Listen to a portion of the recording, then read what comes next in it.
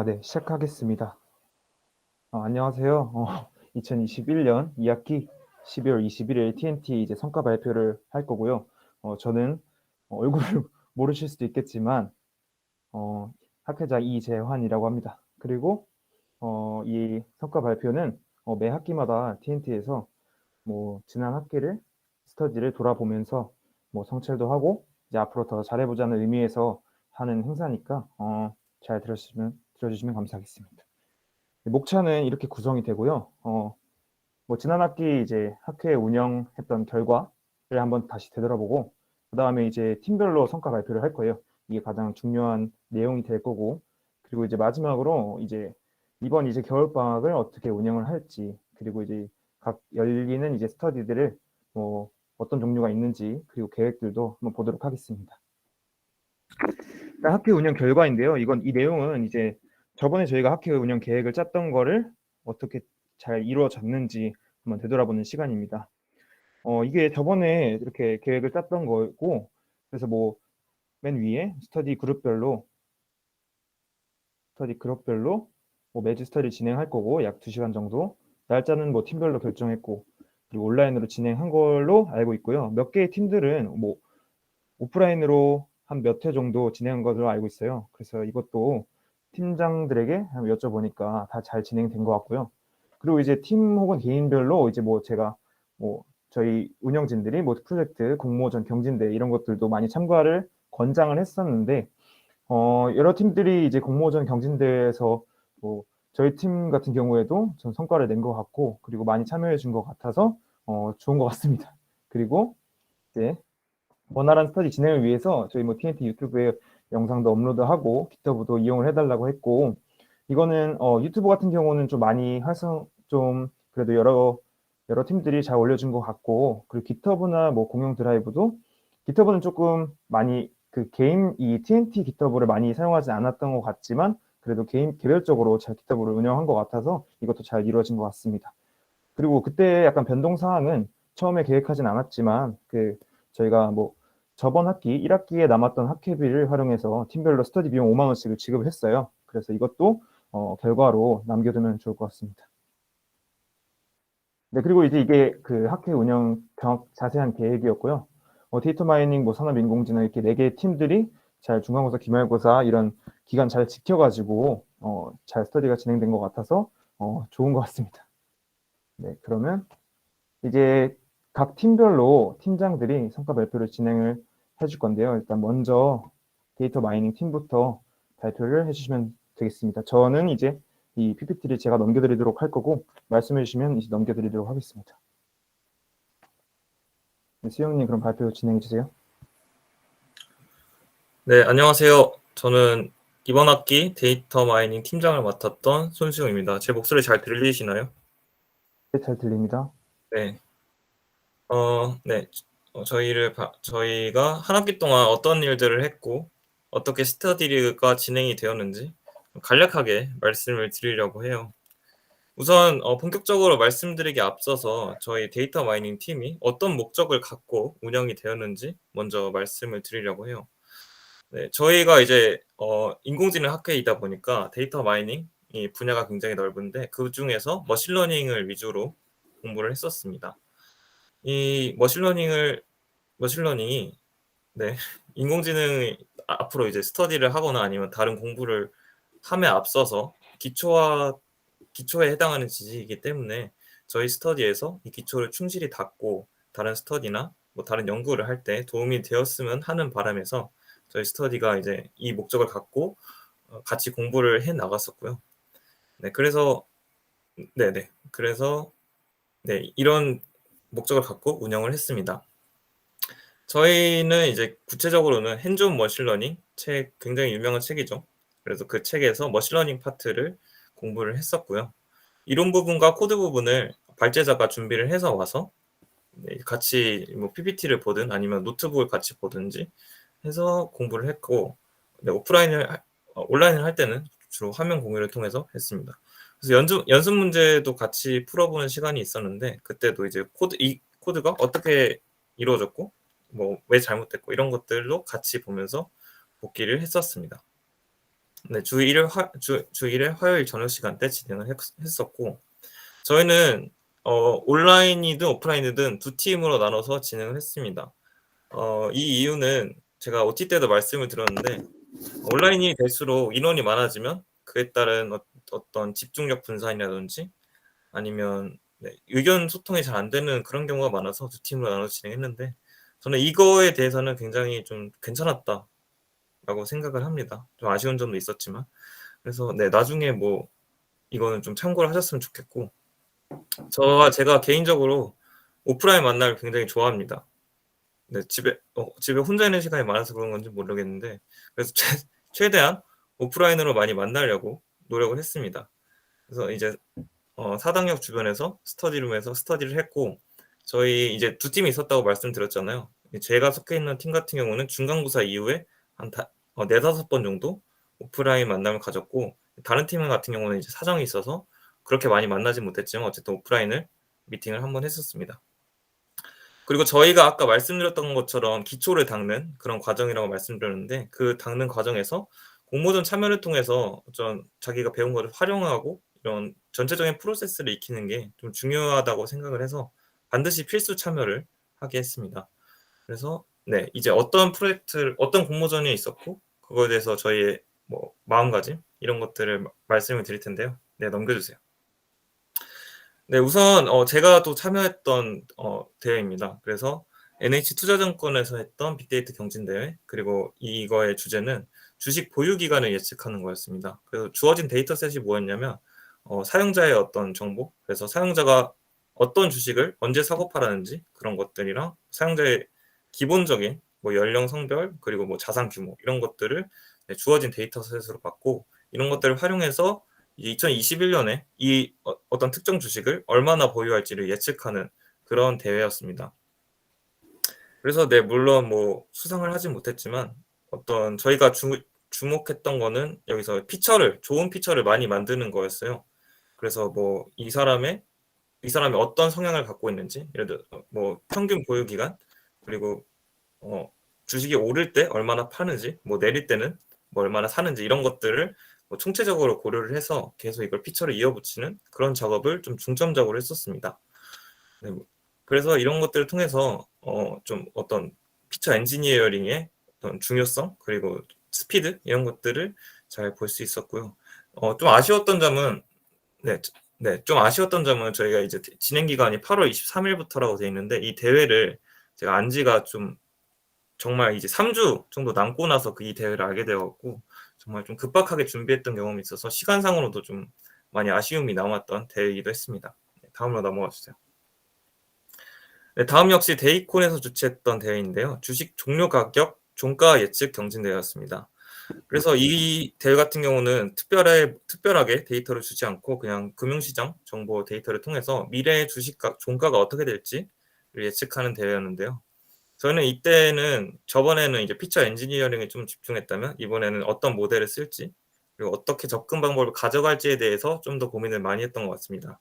그래서 이게 뭐 시계열 데이터다 보니까 시계열 모형, 뭐 아리마나 이런 고전적인 시계열 모형도 사용을 했었고, 뭐 시계열 예측의 어떤 방법, 그래서 뭐 인다이렉트 아니면 다이렉트 포캐스팅 뭐 이런 걸 섞어서도 한번 해보고, 그리고 저희가 이제 머신러닝 모델들만 위주로 공부를 했었는데, 그거 말고도 좀 뭐 RNN이나 LSTM 같이 이제 주식 종가에서 흔히들 사용하는 그런 모델들도 한번 시험을 해봤었습니다. 결과적으로는 30일을 기록했습니다. 다음 넘어가 주세요. 다음으로는 제가 참여는 안 했지만 저희 팀원들이 참여했던 경희의료원에서 주최한 당뇨병 발병 예측 모델이었는데요. 이 대회 같은 경우는 이제 본선 질출은 성공했었습니다. 그래서 이 대회는 좀 이제 주제를 들으면 좀 느낌이 오실 텐데, 이 뭐 사용자에 대한 정보를 받아서 이 사람이 당뇨병이 있을지 없을지 이런 것들을 예측하는 모델이었어요. 근데 이제 이거를 들여다 보니까 이 내용들을 들어보니까 별다른 모델을 쓰지 않고 저희가 이제 책에서 배웠던 케라스 기반 머신러닝 모델과 그다음에 추가적으로 의사결정 나무 기반 모델, 라이트 GBM이나 아니면 XGBoost 같은 그런 모델들은 단순히 앙상블하는 것만으로도 꽤 좋은 결과를 얻을 수 있었다라고 합니다. 네, 그리고 다음 넘어가 주세요. 다음으로 이제 데이콘 베이직에서 주최했던 데이콘 베이직 대회였는데요. 따릉이 대회랑 예측 경진대회였습니다. 이제 저희가 아무래도 그 기초적인 그런 거를 하다 보니까 전체적인 프로세스를 익히는 게 굉장히 중요했는데요. 이제 이 대회에서 그 참여자분들이 이제 제일 기초적인 EDA부터 데이터 피처 엔지니어링하고 그다음에 이거를 모델에 넣는 것까지 이런 일련의 프로세스를 이 대회를 통해서 얻을 수 있었다고 하고요. 결과도 12로 괜찮은 결과를 얻어냈죠. 네, 그래서 저희는 이제 여기까지 이제 프로젝트는 여기까지인데요. 제가 마지막으로 좀 아쉬웠던 점들을 좀 복기를 해보자면 우선 제가 두 팀으로 나눴던 거는 좀 괜찮은 전략이었던 것 같은데 제가 다른 팀에 대해서 좀 신경 쓰지 못했다. 이런 게 좀 많이 아쉬움이 남는 것 같아요.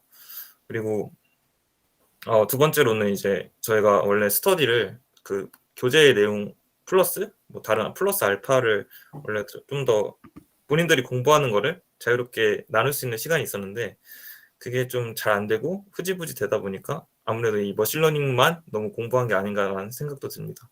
그래서 이런 아쉬운 점들을 나중에는 보완해서 좀 더 좋은 스터디가 되었으면 하네요. 네, 지금까지 데이터 마이닝 팀 손수용이었습니다. 감사합니다.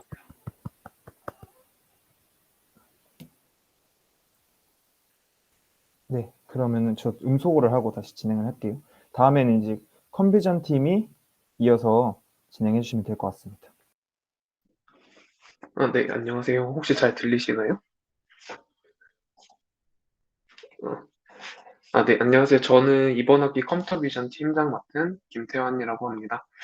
저희 팀 같은 경우에는 따로 공모전은 진행하지 않았고, 저희가 아무래도 처음 컴퓨터 비전에 접하는 사람들이 많다 보니까, 이제 딥러닝 관련된 이제 인프런 강의를 듣고, 그거에 대한 발제를 진행하면서, 이제 오픈소스 이용해서 그 오브젝트 디텍션 하는 방법에 대해서 많이 배웠고, 그거 바탕으로 이제 팀을 두 개로 나눠서 저희는 프로젝트는 아니지만 이걸 저희가 배운 거를 좀 활용해보자는 취지로 이제 두 가지 진행했고, 이제 제가 첫 번째 주제에 대해서 말씀드릴 거고, 두 번째 주제는 이제 저희 팀의 추일선님이 아마 발표해 주실 것 같은데, 네, 일단은 슬라이드 넘겨주시겠어요?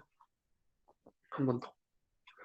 네, 일단은 저희가 그 오브젝트 디텍션 그 방법들 배우고 이제 적용해 보려고 했던 게 이제 여러 가지 데이터가 있었는데 이제 랜드마크 사진별로 이제 뭐 레이블링 해주는 것도 있었고 이제 뭐 음식 사진 가지고 어떤 음식인지 막 레이블링 해주는 그런 오브젝트 디텍션 모델 만드는 걸 하려고 했었는데 그거에 대한 좀 그 레이블링된 그 파일들이 좀 제대로 없고 이제 사진만 있는 경우가 많아서 그나마 좀 오픈 소스로 공개되어 있는 운전자 상태 정보 데이터셋을 얻어서 이제 운전자들의 사진을 바탕으로 이제 뭐 주의도를 나타낼 수 있는 객체를 탐색할 수 있게 있는 데이터셋이 그 어노테이션 파일이라고 해서 이제 레이블링이 된 그런 파일들이 같이 있는 데이터셋을 얻어서 이제 오픈CV는 아니고 그 욜로 버전 5를 이용해서 이제 학습을 진행했고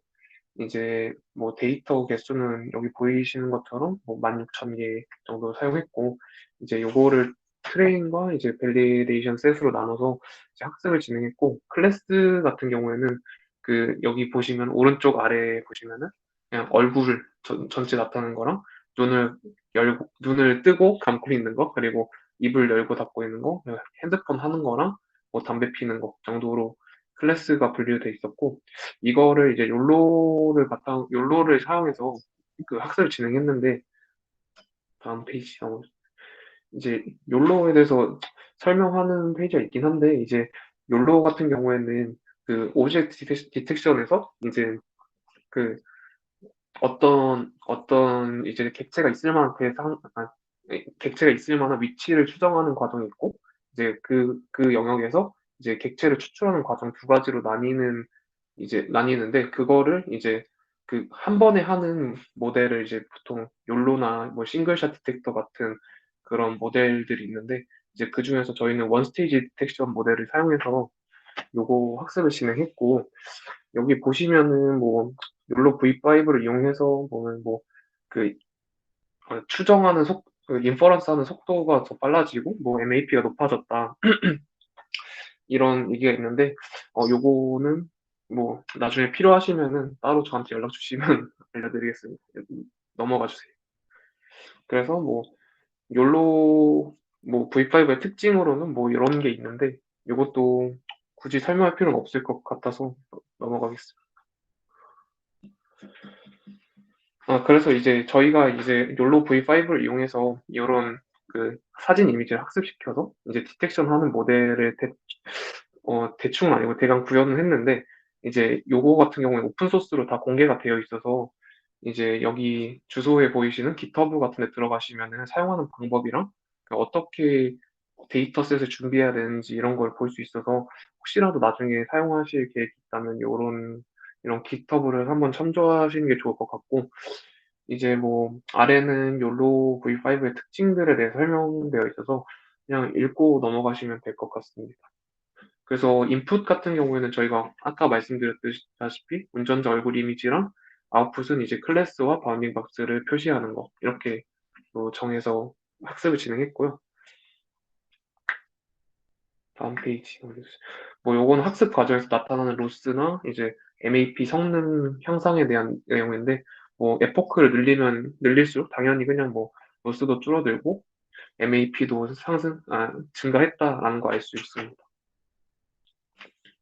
그래서 예측한 결과를 보여드리면은 저희가 요런 학습을 진행해서 이제 그 웨이트 모델을 뽑아내가지고 그거를 이제 이용해가지고 프레딕션을 진행한 건데 뭐 이런 결과가 나타나서 그냥 요건 결과 예시로 나타냈습니다. 그냥 넘겨주시면 될 것 같아요. 네, 요것도 그냥 예시고 그래서 저희 팀은 이렇게 그 학습 진행했고 이제 실시간으로 운전자 상태 예측할 수 있는 모델을 나중에 이런 걸 활용해서 할 수 있을 것 같고 이제 예측된 운전자 상태 정보의 위험도 판단이나 뭐 특정 위험도를 넘는 행동이 검출됐을 때 뭐 경보 시스템을 만든다든지 이런 거에 좀 활용할 수 있을 거로 기대를 합니다. 그래서 일단 첫 번째 팀이 한 건 여기까지고 다음 팀 일선님이 발표해 주실 예정입니다. 네, 혹시 들리시나요? 네. 네, 저희 팀 두 번째 성과 발표 시작해 보도록 하겠습니다. 네, 말씀해 주셨다시피 저희는 따로 공모전이나 프로젝트에 참여한 건 아니고 저희끼리 간단하게 어떤 프로젝트를 하나 생각을 해가지고 한번 구현해 보는 걸 목표로 썼는데 저희가 주로 배운 CNN 기반의 오브젝트 디텍션을 실생활에서 가장 잘 적용할 수 있는 분야가 바로 이 카메라 기능이라고 생각을 했고 그래서 여기에다가 사용자의 얼굴 위치나 각도 변화에 반응하는 움직이는 기능과 같은 추가적인 기능을 구현해 보는 것을 저희 프로젝트 주제로 선정하게 되었습니다. 네, 다음 페이지. 네, 그래서 이러한 기능들을 구현하는 데 있어서 가장 크게 작용했던 이슈가 바로 각 기능별 코드를 한꺼번에 병합하는 문제였습니다. 그래서 쉽게 말하면 사람의 눈을 인식하는 기능하고 사람의 손을 인식하는 기능 각각을 한꺼번에 수행하는 코드를 만들어야 됐는데 그래서 저희가 구글에서 출시한 구글 미디어 파이프라는 그 오픈소스 AI 프레임워크가 있는데 그걸 사용해서 이러한 코드 병합 문제를 해결을 했고 여기 보시면 구글 미디어 파이프에는 얼굴 인식이나 순간적인 동작 인식 알고리즘 같은 걸 제공을 하는데 저희는 이 코드들을 미디어 파이프 위에서 한 번에 동작시켰습니다. 다음. 네, 그래서 저희가 구현하고자 하는 기술이 총 4가지 정도 되는데 먼저 첫 번째는 셀피 세그멘테이션이고 두 번째는 핸드 제스처 트래킹 기능입니다. 그래서 셀피 세그멘테이션은 저희가 이렇게 웹엑스 미팅 같은 걸 하면은 배경을 따로 설정할 수 있는 것처럼 이렇게 사용자를 배경으로부터 분리시켜서 인식하는 기술을 말을 하고 핸드 제스처 트래킹 같은 경우에는 이렇게 보이시는 것처럼 손가락의 각 마디별로 랜드마크를 표시를 해가지고 손동작을 인식하는 기술입니다. 네, 다음. 그래서 저희가 핸드 제스처 트래킹 기술로 영상의 볼륨을 조절하는 기능을 한번 추가해 보려고 했는데 여기 4라고 되어 있는 4번의 썸부 팁과 8번의 인덱스 핑거 팁 사이의 거리를 저희가 퍼센트 값으로 변환을 해가지고 그 값에 따라서 볼륨을 키우고 낮추는 방식으로 볼륨 조절을 구현을 했습니다. 네, 다음. 네, 그래서 셀프 세그멘테이션하고 핸드 제스처 트래킹 기술을 저희가 한번 합쳐봤는데 그 한 번에 구현한 영상을 잠깐 보시겠습니다.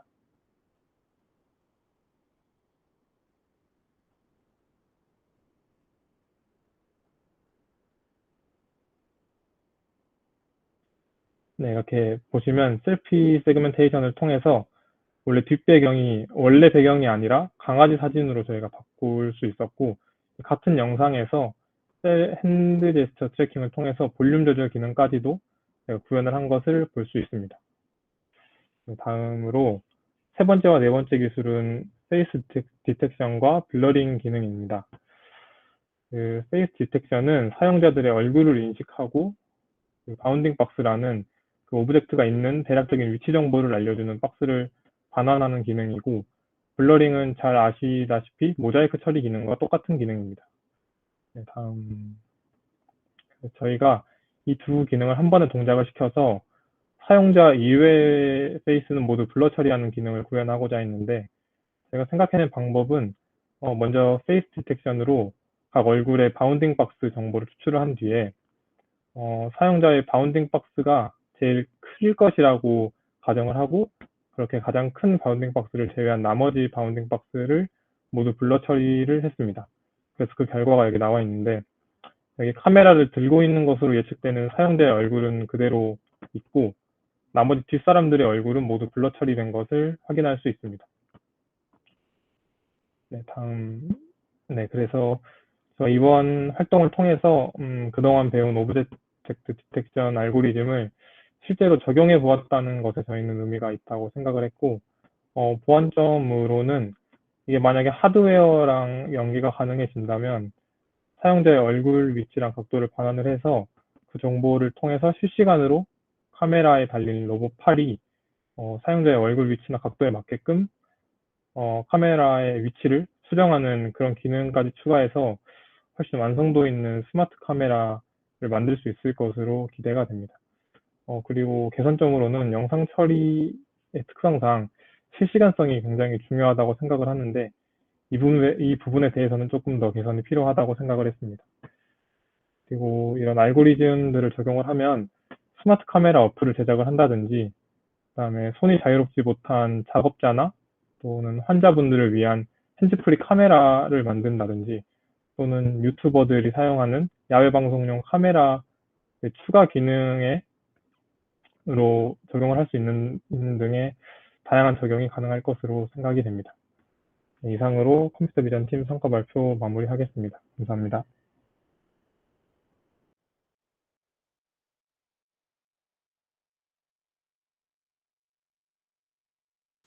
네.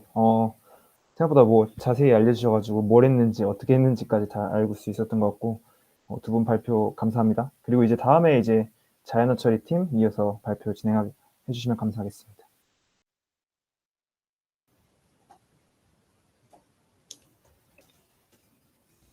네, 안녕하세요. 저는 2학기 자연어 처리 팀장 맡았던 최향결이고요. 2학기 동안 저희 팀원들과 무엇을 했고 프로젝트를 어떻게 끝마쳤는지 성과를 발표해 보도록 하겠습니다.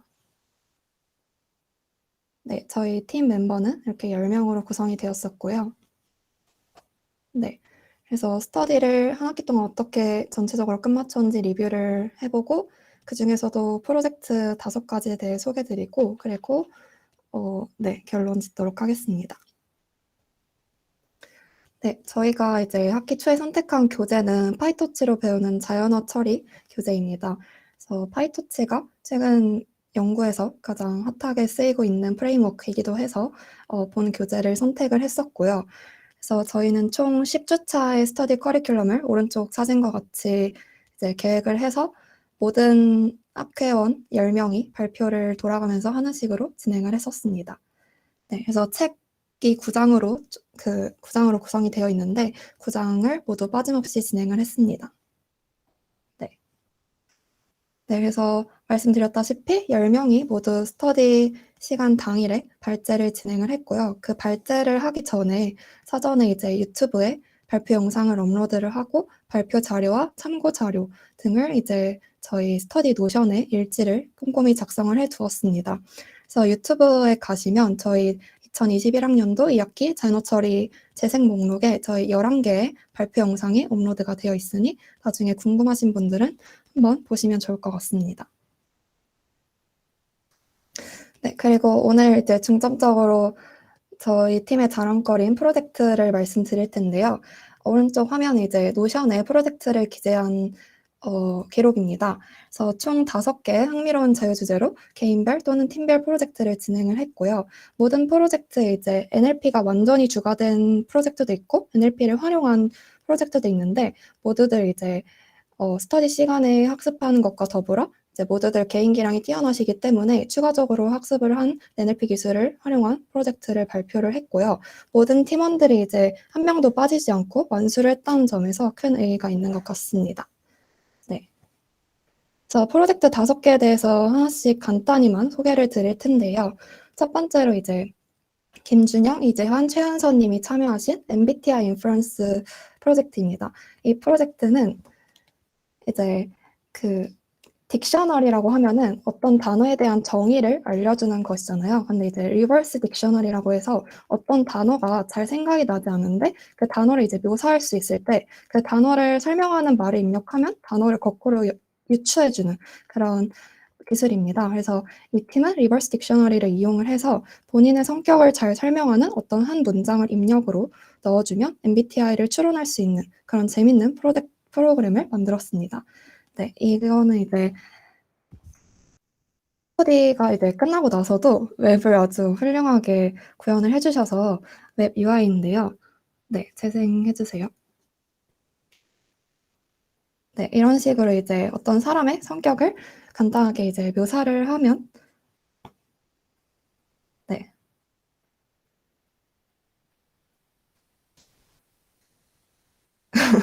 네, 이제 문장을 이제 성격을 나타내는 단어들을 넣어서 입력을 하면 이렇게 총 5가지의 유추된 MBTI를 알려줍니다. 네, 확률각과 함께 알려주는데 아주 흥미로운 프로그램이라고 볼 수 있을 것 같습니다.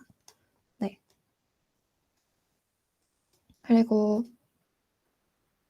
두 번째 프로젝트는 이제 김진영님께서 하신 2022년 선거 분석입니다. 유튜브에서 크롤링한 데이터를 감성 분석을 해서 각 후보의 지지율을 분석한 아주 시국에 알맞는 프로젝트였는데요. 그 예전에 기억하시는 분들이 있을 텐데 트럼프랑 클린턴 미국 대선에서 이제 언론과 여론조사에서 대부분이 힐러리 클린턴을 당선을 예상을 했던 거에 반해서 빅데이터 조사에서 이제 트럼프를 비교적 정확하게 예측을 했었습니다. 이 과거 연구에서 약간 모티브를 따서 만드신 것 같은데 이제 코삭이라는 한국어 감성 분석 코퍼스와 코엘렉트라를 사용을 해서 정당별로 이제 각 후보에 대한 동영상을 크롤링을 해옵니다. 타이틀과 데스크립션, 조회수, 좋아요 개수를 받아와서 이 타이틀과 데스크립션의 긍부정을 감성 분석을 이용해서 판별을 하고 조회수와 좋아요의 가중치를 부여를 해서 합계를 통해서 이제 지지율을 분석하는 프로젝트를 진행을 하셨습니다. 그래서 이제 내년 대선까지 주기적으로 이제 지지율을 업데이트를 해서 전체적인 추세를 그래프로 나타내면 아주 훌륭한 프로젝트가 될 거라고 생각을 하고요. 네, 세 번째 프로젝트는 이제 강현주, 차태선님께서 진행하신 AI 북카톤입니다. 이 AI 북카톤은 이제 우리 학교에서 진행을 한 AI 글쓰기 대회인데요. 이게 예선과 본선이 나뉘어 있었는데 예선이 무려 4대1의 경쟁률이었다고 합니다. 네, 우리 팀원분들께서 아주 훌륭하게 예선을 통과를 하시고 본선에 진출하셨는데 예선 문제입니다. 오른쪽은. 그래서 예선 문제에 대해서도 저희 스터디 내에서 발표를 꼼꼼하게 해주셔서 알게 됐는데 혹시 내년에 참가하실 분들은 참고하시면 좋은 게 신경망이나 뭐 GPT, 학습 등 이제 AI나 NLP 전반적인 이해를 바탕으로 작성할 수 있는 문제가 출제가 되었습니다. 네. 그리고 이제 GPT-2를 사용을 해서 학습을 진행하게 되는데 그 전에 이제 양질의 데이터 수집부터 전처리 그리고 이제 후 가공까지 열심히 하셔서 무려 장려상을 수상을 한 네, 저희 팀원분들입니다. 그래서 이제 뒤에 넘겨주시면 직접 작성한 글인데요. 이 제목부터 이제 글 내용도 다 AI로 학습하고 추론한 결과라고 합니다. 읽어보시면 굉장히 진짜 사람이 쓴 것 같은 훌륭한 문학 작품이 완성된 것을 보실 수 있습니다. 네. 그리고 이제 네 번째 프로젝트는 이상현 태연사님께서 하신 미래에셋증권 공모전인데요. 이 프로젝트는 고객의 거래 패턴, 자산 보유, 그리고 서비스 이용 내역 등을 프로파일링을 해서 필요한 서비스를 제시하는 공모전이었습니다.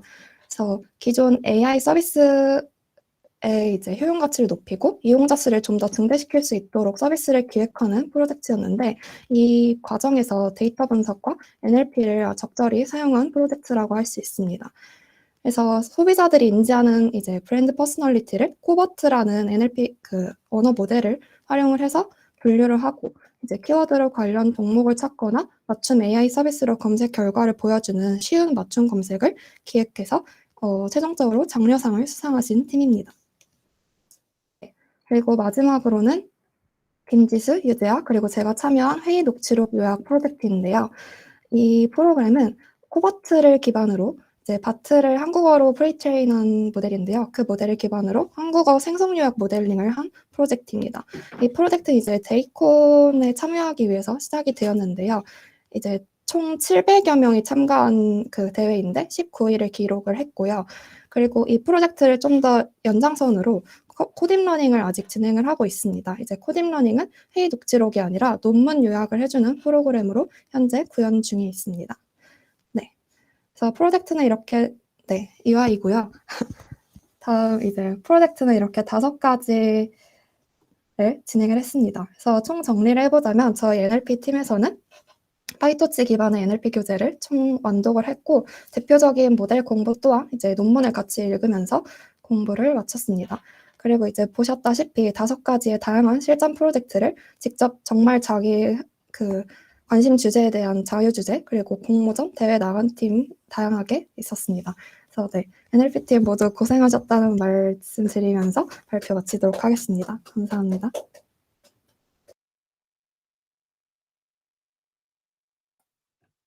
네, NFL 팀도 제가 속해 있었던 것도 그렇지만 보니까 뭐 이론 공부부터 다양한 프로젝트까지 코딩 러닝까지 그리고 공모전도 해서 뭔가 부지런히 활동을 잘 해주신 것 같고요. 자, 그 다음에 이제 마지막으로 산업인공지능팀 발표 이어서 해주세요.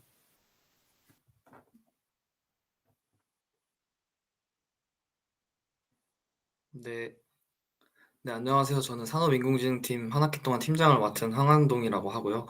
지금부터 저희가 했던 것에 대해서 또 한번 말씀드리도록 하겠습니다. 다음 넘겨주세요. 산업인공지능이라고 하면은 이제 제품의 기획부터 이제 설계, 제작, 그리고 유통까지 적용되는 다양한 인공지능에 대해서 배우고 또 실습을 해보았는데요.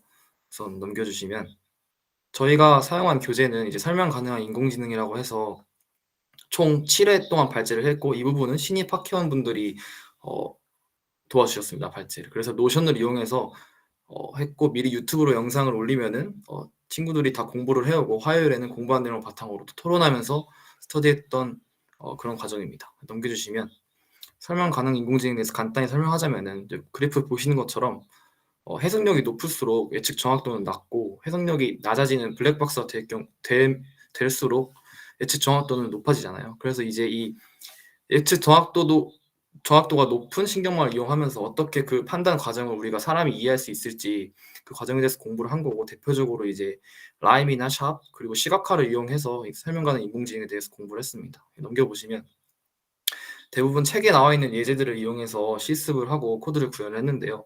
또 스팸 메일이 분류되는 그런 판단 과정, 어떤 단어들을 보고 스팸 메일로 판단했는지 그런 것들을 또 알아보는 실습이나 집값을 결정할 때 다양한 요소들, 피처들이 있는데 어떤 피처가 집값을 결정하는데 가장 중요한 요소를 영향을 미쳤나 또 알아보고 또 이 사람으로 판단되는 이미지 인식을 할 때 어떤 픽셀이 가장 사람으로 판단하기 위한 근거로 사용됐는지 슈퍼픽셀을 또 알아보는 그런 실습들을 또 진행을 했고요.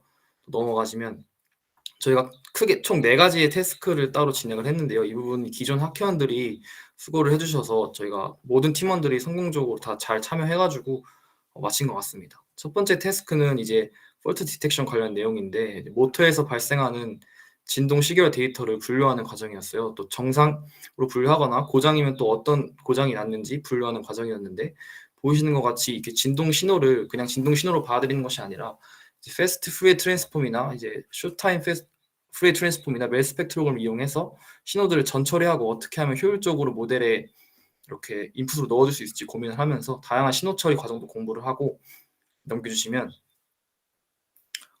LSTM과 함수형 API를 이용해서 결국 코드를 구현을 했는데요. 모델을 왼쪽에 보시는 것처럼 클래스 불균형을 해결하기 위해서 다양한 데이터 어그멘테이션 방식도 써보고 오른쪽에 보이시면 이제 발제자가 커스텀 모델링 칸을 만들어두면은 이제 다른 학회원들이 이 커스텀 모델링 칸만 각자 방식대로 또 이제 모델을 구축하면서 서로의 코드를 비교해보고 공부해보고 했던 기억이 있습니다. 아래는 또 이제 함수형 API를 구축해본 시스 내용을 또 보여드리는 것입니다.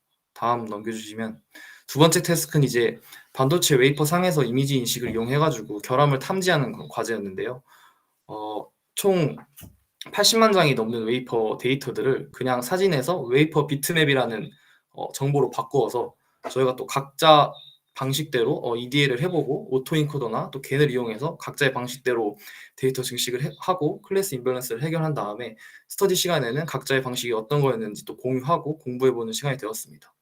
또 이렇게 2주 동안 공부를 하고 넘어가 주시면은 또 기본적인 오브젝트 디텍션 관련 개념들을 논문도 보고 공부를 하면서 개념을 익히고 실제 구현을 해보기 위해서 디텍트론2라는 플랫폼을 이용해서 실제 이미지 인식 데이터 라벨링 직접 해보면서 코코 데이터셋을 어떻게 만드는지 그런 이해도 해보았고 또 결과 데이터 좌표가 아래쪽에 나오는데 이 좌표를 어떻게 해석하고 응용할 수 있을지에 대해서도 공부를 해보았습니다.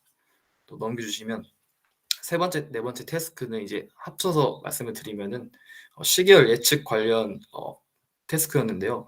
이제 각자 자기가 원하는 데이터, 날씨나 주가, 전력량 등을 각자 데이터를 정하고 각자 예측 알고리즘을 구축한 다음에 스터디 시간에는 자기가 어떤 알고리즘을 썼고 어떤 데이터를 썼는지 서로 이렇게 의견을 보면서 스터디했던 시간이었습니다. 또 이때 그냥 예측 알고리즘을 구축하는 것이 아니라 우리가 교재에서 배웠던 설명 가능한 인공지능을 적용해서 어떻게 더 신뢰성 있는 모델을 만들 것인지에 대해서 고민을 해봤고요.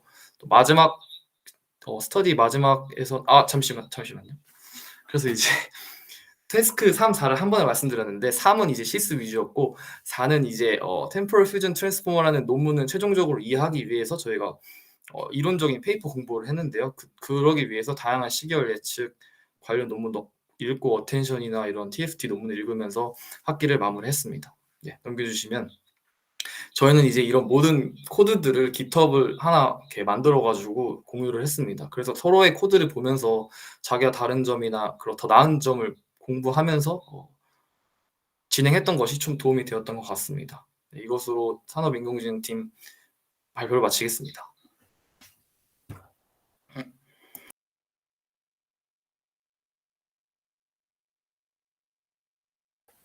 네, 여기까지 네 팀 모두 발표 수고 많으셨고요. 산업인공지능팀 제가 지금 잠깐 들었는데 뭐 하나도 무슨 내용인지 모를 정도로 어려운 내용을 했음에도 불구하고 카톡방에서 가장 활발했던 것 같아요. 제가 굉장히 놀랄 정도로 톡방을 나가고 싶을 정도로 너무 카톡 내용이 많아가지고 굉장히 놀랐습니다. 수고 많으셨습니다. 그러면은 이제 제가 이어서 마지막으로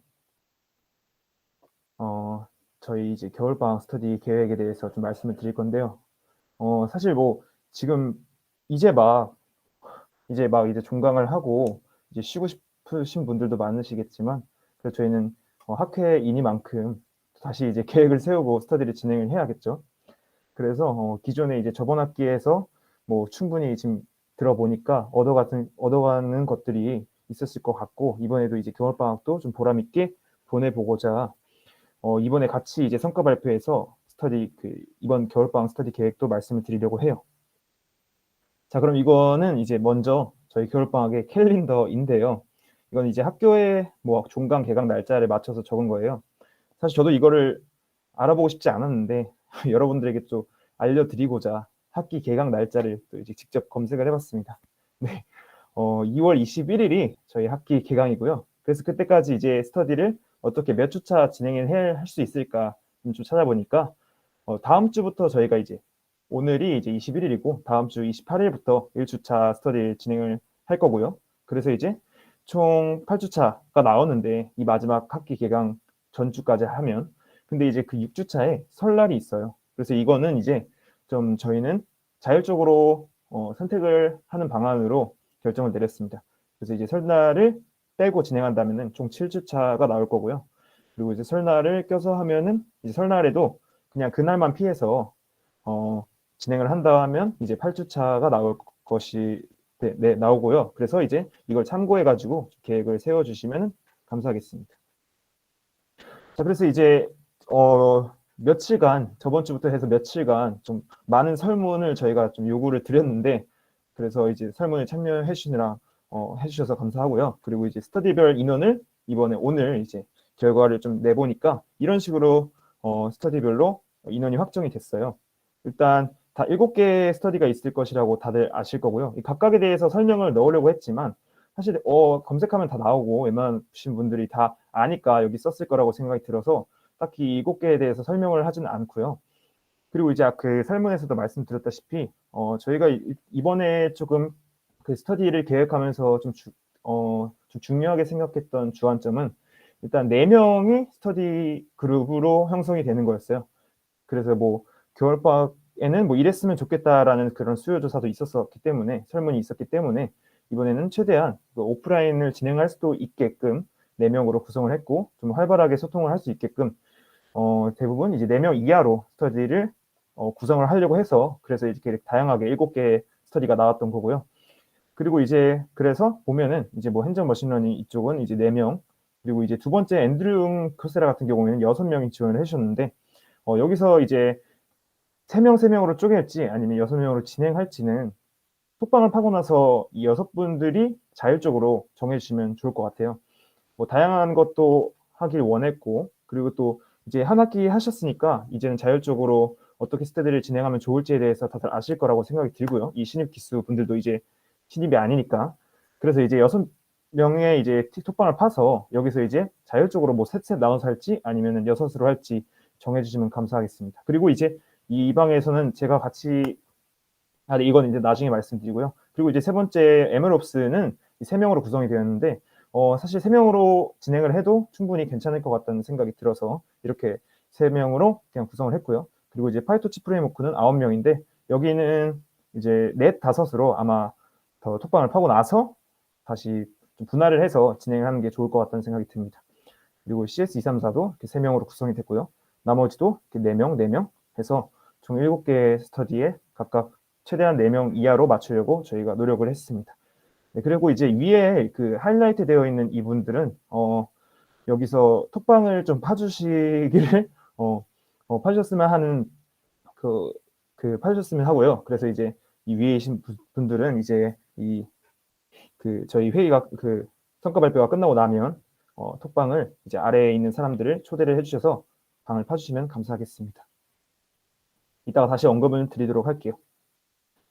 그리고 이제 스터디 가이드라인인데요. 저희가 자율적으로 이렇게 뭐 책 교재나 뭐 강의나 이런 걸 선택해서 하라고 말씀을 드렸기 때문에 조금 그래도 가이드라인을 드리면은 일단은 당연히 첫 주차 전에 12월 28일 전에 뭐 미리 교재나 강의나 뭐 여러 가지 자세한 스터디 내용에 대해서 선택을 해야 될 과정이 있어야 할 거고요. 톡방에서. 그래서 여기서 이제 뭐 에메롭스 같은 경우에는 교재도 있을 거고 강의도 있을 텐데 그거에 대해서 좀 자세히 선정을 하고 그리고 스터디도 어떻게 하는 방식이 좋을지에 대해서도 그 팀원들끼리 같이 상의를 하는 시간을 가져야 될 겁니다.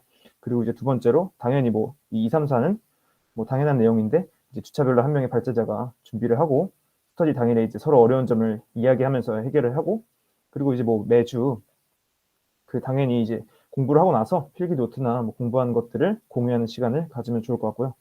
4명 이하의 팀들은 뭐 물론 아까 4명 대부분 4명 이하를 권장을 드렸는데 뭐 오프라인을 이렇게 하는 것을 권장을 드리고요. 이거는 이제 그때 아까 말씀드렸다시피 뭐 설문을 통해서도 좀 적은 숫자의 사람들이 다 집중이 잘 되고 소통도 잘 된다 해가지고 이렇게 저희가 요청을 저희도 이렇게 생각이 들어서 그렇게 그 조를 짰고요.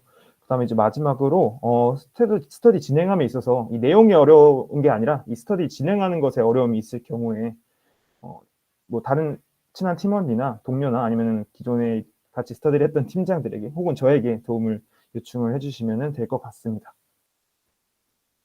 네, 그러면은 여기까지가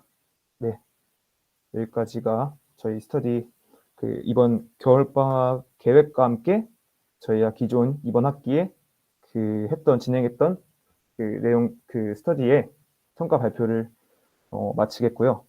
일단 녹화를 종료를 하고